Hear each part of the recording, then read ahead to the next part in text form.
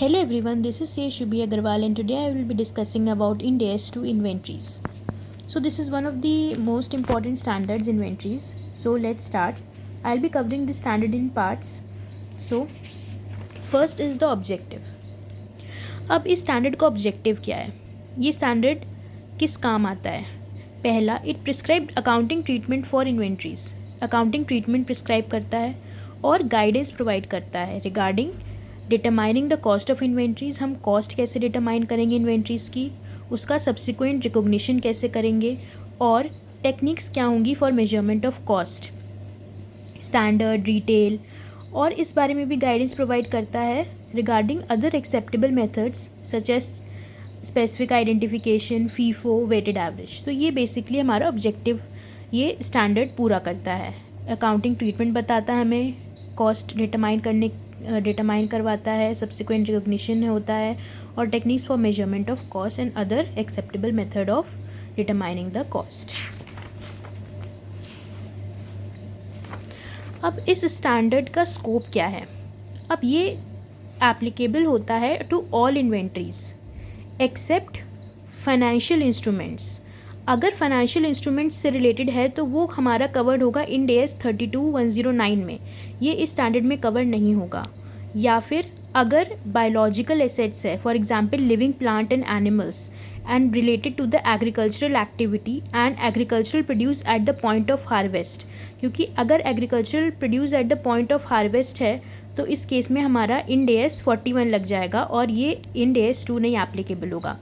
अब eight the point of harvest का मतलब जैसे ही हार्वेस्ट हुआ, फॉर एग्जांपल वूल, अब वूल हमारा eight the point of harvest है तो ये 41 एप्लीकेबल होगा. बट अगर उस वूल का हम यार्न बना देंगे तो in that case Ind AS 2 will be applicable. और ये स्टैंडर्ड किस में अप्लाई नहीं होता है?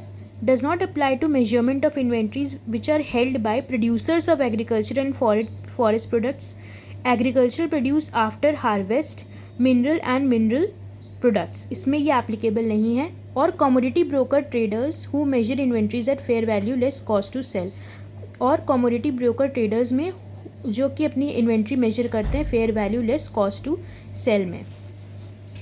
अब अगला आ जाता है इन्वेंट्रीज. इन्वेंट्रीज होती क्या हैं?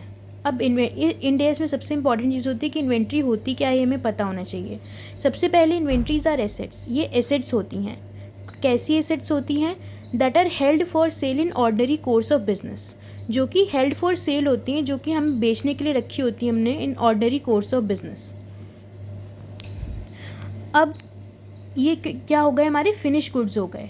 अब अगली होती है in the process of production of such sale. In the process of production of such sale, जो ये प्रोड्यूस अभी उस प्रोसेस में है कि वो फिनिश गुड्स बने, तो इस वजह से इसको हम वर्क इन प्रोग्रेस बोलते हैं. और तीसरी कैटेगरी क्या होती है इन्वेंट्रीज की? इन फॉर्म ऑफ मटेरियल्स और supplies to be consumed in production process और इन रेंडरिंग ऑफ सर्विसेज.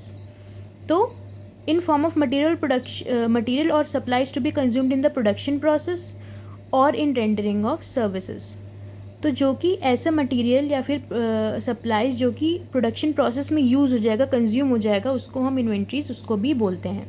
तो ये 3 कैटेगरीज हो गई, finish goods, work in progress और materials to be consumed in the production process. अब एक क्वेश्चन है इसमें इंस्टीट्यूट की बुक में, as per Ind AS 2 inventories include material and supplies awaiting for in use in the production process, whether packing material and publicity material are covered in the term materials and supplies awaiting for use in production process. तो ये पूछ रहा है कि क्या packing material और publicity material inventories में cover होगा, क्योंकि इन्वेंट्रीज़ में बोला गया है it includes material and supplies awaiting for use in production process. Institute ने इसका आंसर दिया है कि अगर पैकिंग मटेरियल और पब्लिसिटी अगर प्राइमरी पैकिंग है, फॉर एग्जांपल अगर एक टूथपेस्ट है तो उसकी ट्यूब है या फिर कैंस हैं जिसमें वो प्रोडक्ट आता है, तो वो इन्वेंट्री का पार्ट होता है. लेकिन अगर वो सेकेंडरी पैकिंग में है, for example for purpose of transportation, तो हम उसको सेलिंग एक्सपेंस मान लेते हैं और वो सेलिंग एक्सपेंस इन्वेंट्री में इंक्लूडेड नहीं है.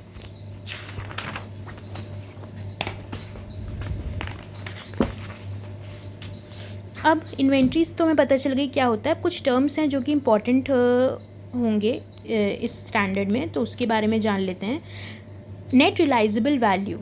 अब नेट रिलाइजेबल वैल्यू क्या होता है? जैसे वर्ड बोलता है नेट रिलाइजेबल वैल्यू, कितना हम रियलाइज कर पा रहे हैं। तो इसमें क्या होता है? Estimated selling price in the ordinary course of business. Ordinary course of business में जो एस्टिमेटेड सेलिंग प्राइस होता है वो, उसमें से हम माइनस कर देंगे एस्टिमेटेड कॉस्ट ऑफ कंप्लीशन, जो भी कंप्लीशन के लिए हम एस्टिमेटेड कॉस्ट होता है वो, और estimated cost necessary to make the sale, और जो भी एस्टिमेटेड कॉस्ट है necessary to make the sale वो हम माइनस कर देंगे।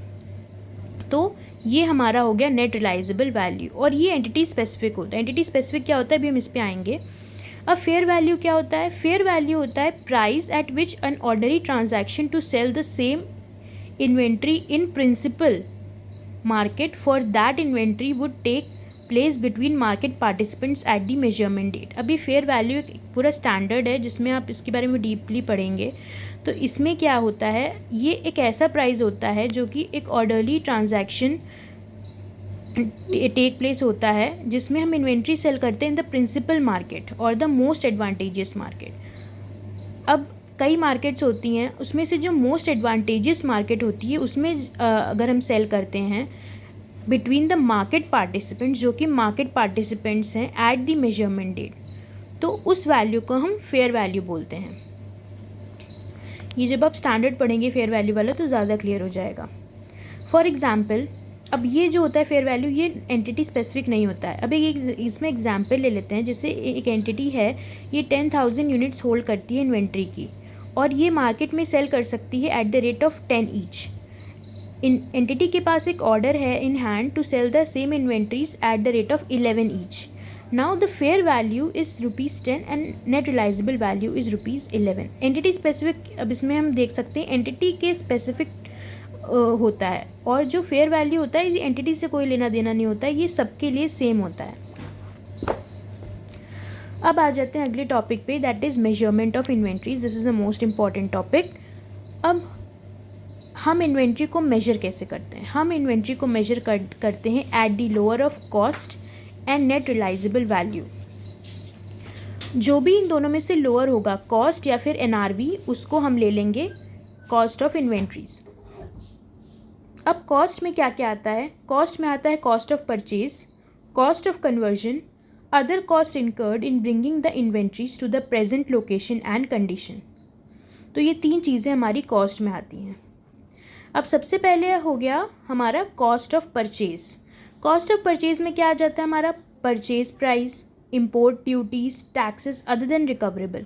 फॉर एग्जांपल, कोई ऐसा टैक्स है जो कि रिकवर्ड हो जाएगा बाद में, जैसे इनपुट मिलता है हमें तो वो रिकवर हो जाता है बाद में, तो वो हम इंक्लूड नहीं करेंगे कॉस्ट में। तो सिर्फ ऐसा जो रिकवर नहीं होगा टैक्सेस वो हम इंक्लूड करेंगे। उसके बाद transport, handling, other cost to bring inventory to the present location condition, ये सब हमारा कॉस्ट ऑफ परचेज में इंक्लूड हो जाएगा। इसमें से हम लेस कर देंगे any trade discount, rebates and similar items. Trade discount सिर्फ लेस होगा, rebates and similar items. Okay, अब आ जाता है कॉस्ट ऑफ कन्वर्जन में। कॉस्ट ऑफ कन्वर्जन में क्या आ जाएगा? Direct material, direct labour, other direct cost, overheads, fixed and variable production overheads. तो ये हमारा कॉस्ट ऑफ कन्वर्जन में आ गया।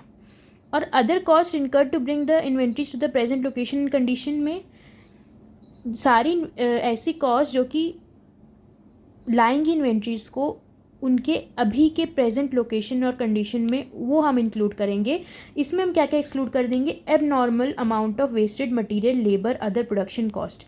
अगर कोई ऐसा है वेस्टेड मटेरियल अब नॉर्मल अमाउंट का है जो कि वेस्ट हो रहा है, तो उसको हम इंक्लूड नहीं करेंगे। अगर नॉर्मल अमाउंट का है तो वो हम ले लेंगे, अब नॉर्मल अमाउंट का हम नहीं लेंगे। स्टोरेज कॉस्ट इंक्लूड नहीं होगा unless necessary for production, further production. जब तक कि वो स्टोरेज कॉस्ट खुद ही प्रोडक्शन प्रोसेस के लिए ज़रूरी नहीं है तब तक हम स्टोरेज कॉस्ट को इंक्लूड नहीं करेंगे। एडमिनिस्ट्रेटिव कॉस्ट इंक्लूड नहीं होगा, सेलिंग कॉस्ट इंक्लूड नहीं होगा।